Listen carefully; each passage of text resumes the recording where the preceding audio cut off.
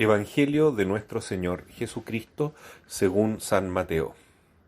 Seguían a Jesús grandes multitudes que llegaban de Galilea, de la Degápolis, de Jerusalén, de Judea y de la Transjordania. Al ver a la multitud, Jesús subió a la montaña, se sentó, y sus discípulos se acercaron a él. Entonces tomó la palabra y comenzó a enseñarles, diciendo: Felices los que tienen alma de pobres, porque a ellos les pertenece el reino de los cielos. Felices los pacientes, porque recibirán la tierra en herencia. Felices los afligidos, porque serán consolados. Felices los que tienen hambre y sed de justicia, porque serán saciados. Felices los misericordiosos, porque obtendrán misericordia. Felices los que tienen el corazón puro, porque verán a Dios. Felices los que trabajan por la paz, porque serán llamados hijos de Dios. Felices los que son perseguidos por practicar la justicia, porque a ellos les pertenece el reino de los cielos. Felices ustedes cuando sean insultados y perseguidos, y cuando se los calumnie en toda forma por causa de mí. Alégrense y regocíjense entonces, porque ustedes tendrán una gran recompensa en el cielo. De la misma manera persiguieron a los profetas que los precedieron. Palabra del Señor. El Señor inicia en el Evangelio de Mateo el primer sermón importante, que es el de las bienaventuranzas, en este capítulo final del capítulo 4, comienzo del 5. Es tal vez el modelo programático más importante que Jesús nos regala, porque aquí se contiene el camino o itinerario espiritual de todo cristiano que quiere llegar a la plenitud de su vocación. La vocación de todo cristiano es la santidad. Lo dice el mismo Jesús, ¿no? Sean santos porque vuestro Padre Celestial es santo y estamos hechos a imagen y semejanza de Dios. Hacia la santidad, hacia la perfección, debemos entonces ir tendiendo día a día. Y Jesús entonces dice que este camino consiste no en una mera obligación, en el peso de un deber, no consiste tampoco en un placer, porque Jesús y tampoco la Santísima Virgen prometen la felicidad en este mundo.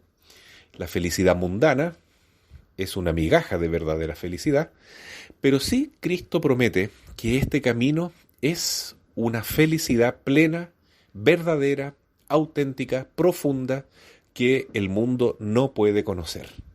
Porque esta felicidad Él la llama bienaventuranza y se trata nada más y nada menos que de ser santos. Todos estamos llamados a la santidad.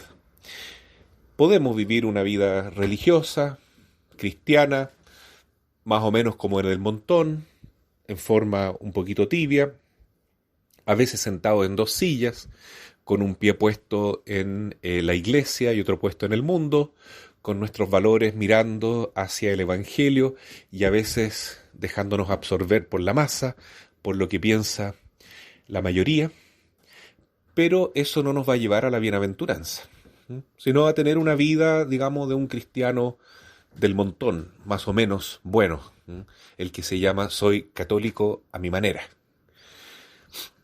A lo mejor esa persona se puede salvar, puede llegar al purgatorio cuando se muera, pero lamentablemente no alcanzó la bienaventuranza. Tenemos una sola vida para vivir de fe. Y cuando a Santa Teresa de Calcuta le preguntaban ¿por qué usted no descansa un poco más? ¿Por qué obliga a sus monjitas a estar cada vez más en oración, rezando rosario, adorando al Santísimo, tan temprano, si están todo el día trabajando, sirviendo a los pobres? ¿Por qué no descansa nunca, madre? Y ella decía, tengo toda la eternidad para descansar, solamente tengo esta vida para vivir de fe. Lo que ella quería decir es que quería aprovechar este tiempo de prueba que todos tenemos, que es muy pasajero hasta que damos nuestro último aliento en este mundo, para llegar a la santidad. Esa es la felicidad mayor que podemos alcanzar. Así, un día nosotros vamos a recibir una nota que es dada en el juicio final. Y en el juicio final se verá cómo realmente es el alma de cada persona. Si tuvo amor a Dios, si vivió la fe en Cristo, si pudo ver a Cristo en el hermano, ya sea consciente o inconscientemente, porque tenía caridad, si luchó contra el demonio, si luchó contra el pecado, si luchó contra las tendencias desordenadas de la carne y del mundo, o se dejó llevar simplemente por la puerta ancha, la puerta fácil. Jesús nos llama a la santidad. Las dos primeras bienaventuranzas dicen: felices los pobres, porque de ellos es el reino de los cielos. Y la última dice: felices los perseguidos por causa del Evangelio o de la justicia, porque de ellos es el reino de los cielos, en tiempo presente.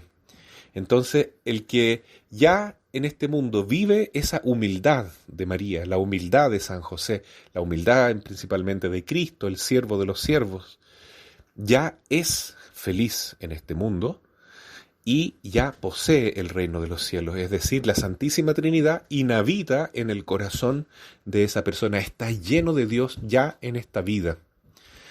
Y además, el que es perseguido por causa del Evangelio, es decir, aquel que es muchas veces relegado, marginado, que recibe burlas o incluso persecución, incluso que es capaz de derramar su sangre, si es necesario, por testimoniar su fe en Cristo, de dejarlo todo de lado con tal de ser fiel al Señor. El que vive de esa manera ya es feliz en este mundo, ya es poseedor del reino de los cielos, es decir, tiene la mayor de las riquezas, la vida eterna, tiene a Dios mismo en su propia alma, ya en presente. Las otras bienaventuranzas son una herencia futura, son una promesa, son una vivencia en la esperanza.